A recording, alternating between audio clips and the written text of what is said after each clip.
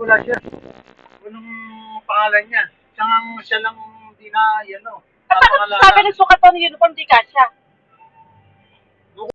Kita kasi may magtatanong talaga ako kasi syempre bago tayo sa grupo to. Expect nyo within this week, mag-create tayo ng pagpulong ulit para mas ma-plancha natin itong mga appointments na to. Kasi may mga na hindi pa nalagyan. So suggest ni ma'am, ilagay lahat ng mga nandito. So yun naman ang gagawin natin.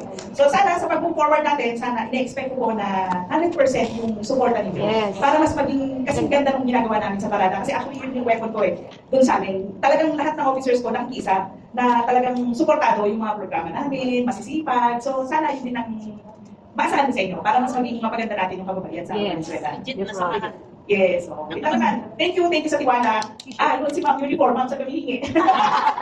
Gagawa natin kailangan. Yes.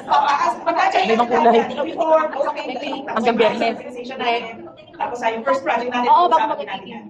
Thank you, Lem. Welcome. Congratulations. So muli po, isang magandang hapon at congratulations sa lahat ng kalipit ng buong Valenzuela at umaasa po kami na tayo ay magsasama-sama para sa ikagaganda ng samahan na legit ng kababaihan sa Valenzuela at sa ating mga plano na maayos na programa. So sa inyong pong tulong ay mangyayari lamang ito sa inyong pong pakikisa at bawat suporta. Yes, ma'am? Ma'am, ipapakilala ko lang itong dalawang to sa Wawang Pulo. Isa kayo. Sila nang kasunod mo, ma'am? Opo. Excuse me. Kaya po nagsama ako ng dalawa kasi talagang hindi na ako pwede. Over.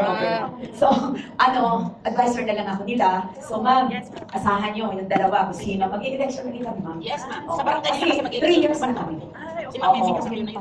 Nung umpisa, nag-create na kami. Ako nga ang naano, pero over na din ako noon. Pumayag lang ako para lang maitayo. Pero ngayon, pumili na ako ma'am ng pwede-pwede. Yes, ma'am. Thank you so much. So, mag-create pa kami. Sige, ma'am.